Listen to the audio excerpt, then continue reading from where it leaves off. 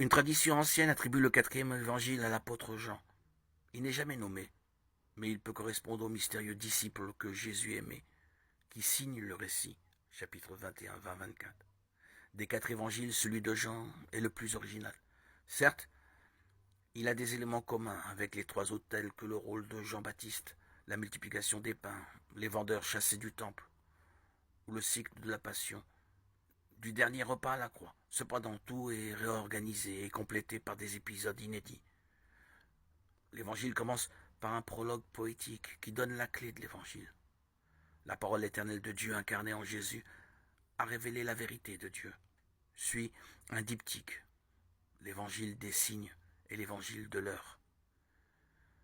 L'évangile des signes 1, 19, 12, 50 couvre plusieurs mois, peut-être même 3 ans. Il commence par le témoignage de Jean le Baptiste, puis divers modèles de croyants émergent. Nicodème, le spécialiste des Écritures, il a besoin d'appui concret pour croire.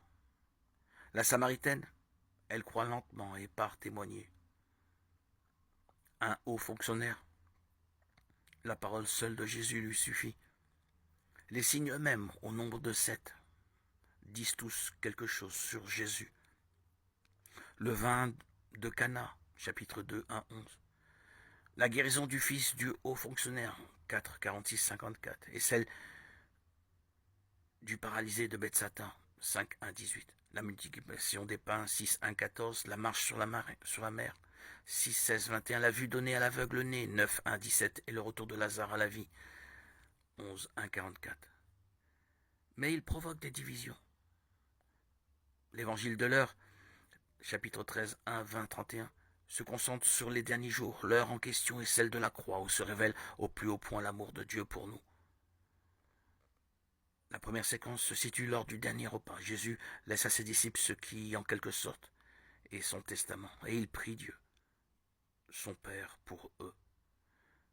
La deuxième séquence, arrêté, chapitre 18, 19, jugé, crucifié. Jésus surprend par son attitude royale. Et enfin, dans la troisième séquence, chapitre 20, l'événement de Pâques bouleverse les disciples. Un appendice situe les rôles respectifs de Pierre et du disciple que Jésus aimait. Sous une apparente simplicité de style et de construction, le récit est complexe. Jean choisit quelques scènes, les explore et les amplifie, d'où une beauté étrange qui a toujours attiré les artistes. Il y a beaucoup de tableaux, poèmes et musiques illustrant Cana, la Samaritaine, Lazare, Jésus en croix, qui parle à sa mère et aux disciples aimés, Marie-Madeleine au tombeau. Le symbole de l'évangéliste est l'aigle, car Jean atteint les sommets de la théologie, comme l'aigle royal parvient au sommet des montagnes. Qui peut rester indifférent devant les signes de la vie donnée par le Christ? Qui peut comprendre le signe ultime de la gloire de Dieu, à savoir la croix? Des liens se tissent entre Jésus envoyé par son Père, les disciples envoyés par Jésus et nous-mêmes, leurs héritiers.